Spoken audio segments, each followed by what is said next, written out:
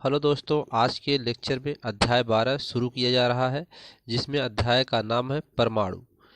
परमाणु में पार्ट 1 पढ़ा जाएगा। तो परमाणु किसे कहते हैं? हम जानते हैं कि प्रत्येक पदार्थ छोटे छोटे कणों से मिलकर बना होता है, जिन्हें परमाणु कहते हैं। तो सर्वप्रथम डाल्टन ने 1803 में परमाणु सिद्धांत को विकसित किया था। तो परमाणुओं के परस्पर मिलने से अणुओं का निर्माण होता है। तो इस अध्याय में हम परमाणुओं की संरचना से विभिन्न प्रयोगों, विचारों व तथ्यों आदि पर विस्तार पूर्वक अध्ययन करेंगे।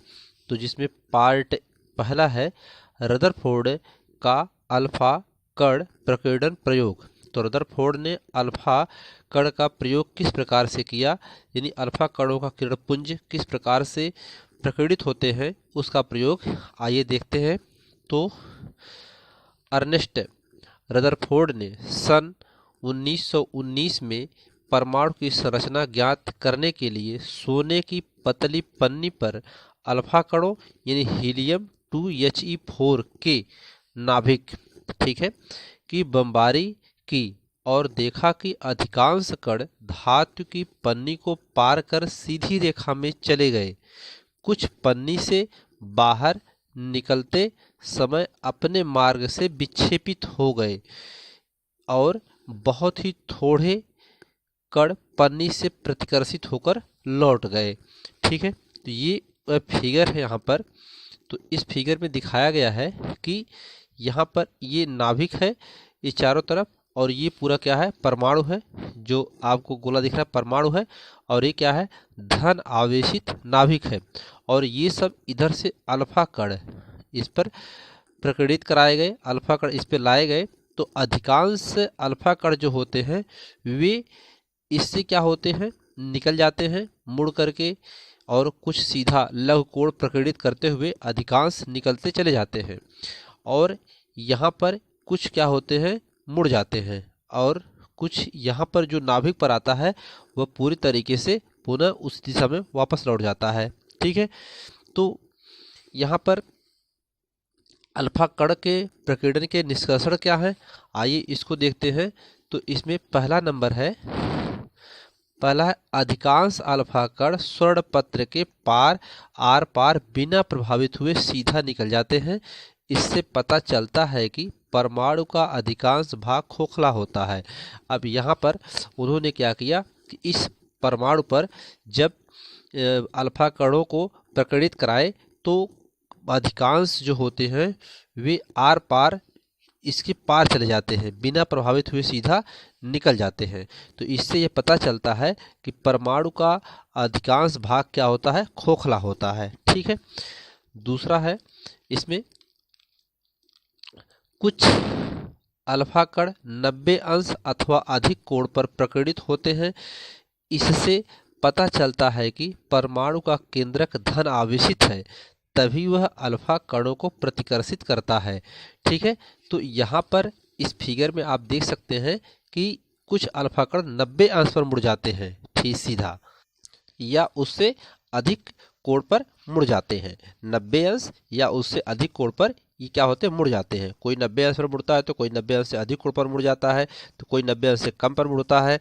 तो इससे यह पता चलता है कि जो परमाणु का ये केंद्रक है यह धन आवेशित है, तभी अल्फा कण क्या होते हैं, इन कणों को प्रतिकर्षित कर देते हैं, प्रतिकर्षित करता है। ठीक है, तीसरा है 2000 अल्फा कणों में से लगभग एक अल्फा कण अपने ही मार्ग पर वापस लौट आता है। इससे पता चलता है कि परमाणु का अधिकांश द्रव्यमान उसके केंद्रक में होता है, जिसे नाभिक कहते हैं। अब यहाँ पर देख सकते हैं आप कि ये लगभग 2000 अल्फा कण यहाँ पर सब गए, इससे पार कराए गए। तो इस स्वर्ण पत्र से तो इसमें क्या पता चलता है कि एक अल्फा कण 2000 में से एक अल्फा कण अपने मार्ग से सीधा वापस लौट आता है, जहाँ पर जाता है और लौट के चला आता है। तो इससे पता चलता है कि जो परमाणु का अधिकांश द्रव्यमान उसके केंद्रक में होता है, जिसे हम लोग क्या कहते हैं, नाभिक कहते हैं। यानी इस पूरे परमाणु का जो द्रव्यमान होता है उसका अधिकांश द्रव्यमान केंद्रक पर होता है। क्योंकि यहाँ पर अल्फा कण जो होता है पूरी तरीके से वापस लौट आता है, बाकी जगह से यह सीधी रेखा में निकल जाता है या कुछ इधर उधर मुड़ जाते हैं। ठीक है, और जितना ऊपर जाएंगे उतना वो सीधी रेखा में निकलते चले जाएंगे, जैसे जैसे नाभिक की तरफ आएंगे वैसे ये पूरी तरीके से मुड़ जाते हैं। तो इससे पता चलता है कि जो परमाणु होता है, परमाणु का अधिकांश जो द्रव्यमान होता है, उसका भार होता है, उसके केंद्रक में होता है, जिसको हम क्या कहते हैं, नाभिक कहते हैं। ठीक है, अगला नंबर है प्रति एकांक समय में प्रकीर्णित अल्फा कणों की संख्या n अर्ध प्रकीर्णनों कोण की ज्या के चतुर्थ घात के व्युत्क्रमानुपाती होती है, अर्थात n अनुपाते 1/sin की घाते 4 और थीटा बटा 2, अर्थात n1 बटा n2 बराबर साइन थीटा 2 बटा 2 बटा साइन थीटा 1 बटा 2 की घाते 4। यानी प्रति एकांक समय में, अर्थात एकांक समय में प्रकीर्णित अल्फा कणों का जो संख्या n, यानी प्रकीर्णित अल्फा कणों की संख्या क्या है, n अर्ध प्रकीर्णन कोणों की ज्या, अर्थात इसके आधा कोण के ज्या, अर्थात साइन के आधा कोण के ज्या के चतुर्थ घात, इसके चतुर्थ घात के व्युत्क्रमानुपाती होता है। ठीक है, तो इसको इस तरीके से ले सकते हैं या इस तरीके से दिखा सकते हैं। ठीक है, तो रदरफोर्ड के जो उपरोक्त निष्कर्ष से यह माना कि परमाणु जो समस्त धन आवेश तथा अधिकांश द्रव्यमान उसके केंद्र पर अत्यंत सूक्ष्म स्थान पर केंद्रित रहता है, जिसे हम क्या कहते हैं, नाभिक कहते हैं। यहाँ पर फिगर में देखिए, इसे हम क्या कहते हैं, नाभिक कहते हैं। नाभिक का आकार जितना कम होगा, अल्फा कण की नाभिक से सीधी टक्कर की संभावना उतनी ही कम होगी। ठीक है, तो ये रदरफोर्ड के प्रयोग थे इसमें। तो रदरफोर्ड के प्रयोग में हम लोगों ने क्या सीखा कि जो परमाणु होता है, परमाणु का जो केंद्र होता है उसका अधिकांश द्रव्यमान उसके केंद्र पर होता है, तो वहाँ से किरणें क्या होती हैं, पूरी तरीके से वापस लौट आती हैं। बाकी कुछ किरणें 90 अंश या उससे अधिक कोण पर मुड़ जाती हैं, अधिकांश किरणें पार कर जाती हैं। लगभग 2000 किरणों में से या बहुत छोटे भाग, लगभग 2000 क्या 8000 मान लीजिए, में से एक के लिए वह विपरीत दिशा में प्रकीर्णित होता है, बाकी इधर और उधर चले जाते हैं। तो इस प्रकार से इसका जो स्पेक्ट्रम है, इस जो परमाणु है, परमाणु क्या होता है, परमाणु प्रत्येक पदार्थ छोटे छोटे कणों से मिलकर के बना होता है, जिन्हें हम क्या कहते हैं, परमाणु कहते हैं। ये परमाणु है, छोटे छोटे कणों से मिलकर के बना होता है। तो सर्वप्रथम इसको किसने बताया था, डाल्टन ने 1803 में। ठीक है, परमाणु सिद्धांत को विकसित किया था। बाद में अर्नेस्ट रदरफोर्ड ने सन 1919 में परमाणु संरचना ज्ञात करने के लिए इस सोने की पतली पन्नी पर अल्फा कणों को बमबारी की थी। ठीक है, तो इस लेक्चर में इतना ही। धन्यवाद।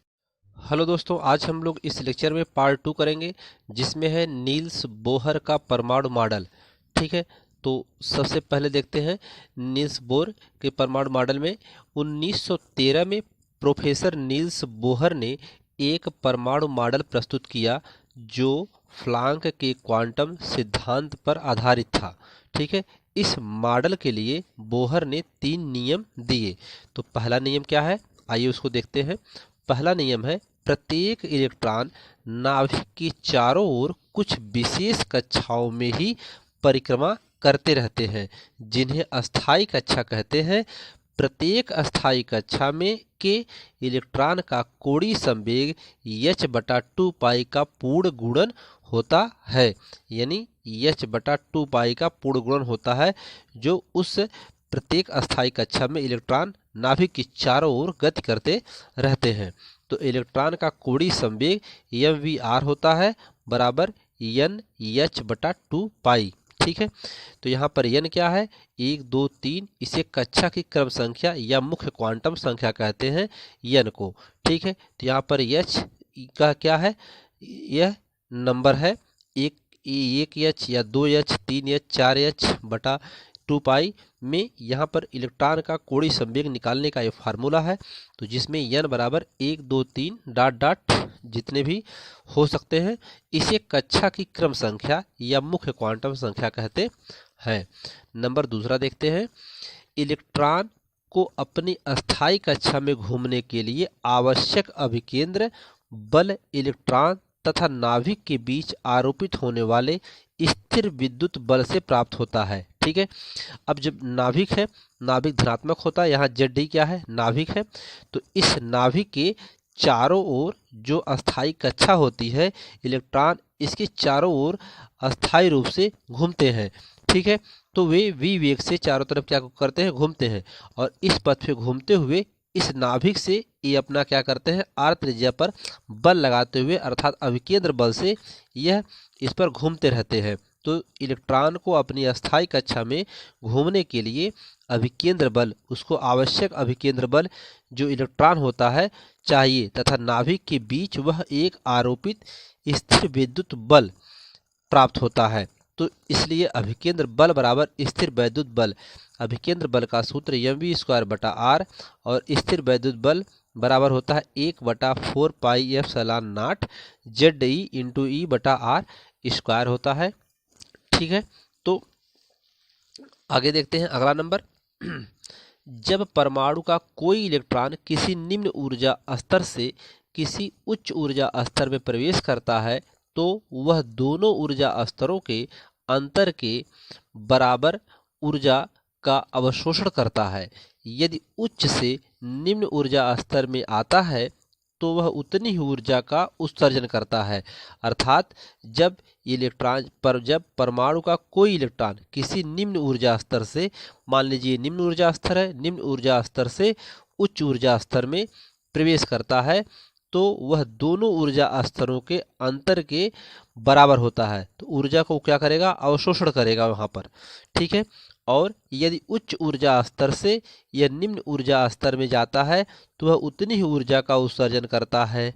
ठीक, जितनी ऊर्जा का यह अवशोषण करेगा वह उतनी ही ऊर्जा का क्या करेगा, उत्सर्जन करेगा। ठीक है, यह उत्सर्जन संक्रमण है और यह अवशोषण संक्रमण है। ठीक है, तो इस लेक्चर में इतना ही। धन्यवाद।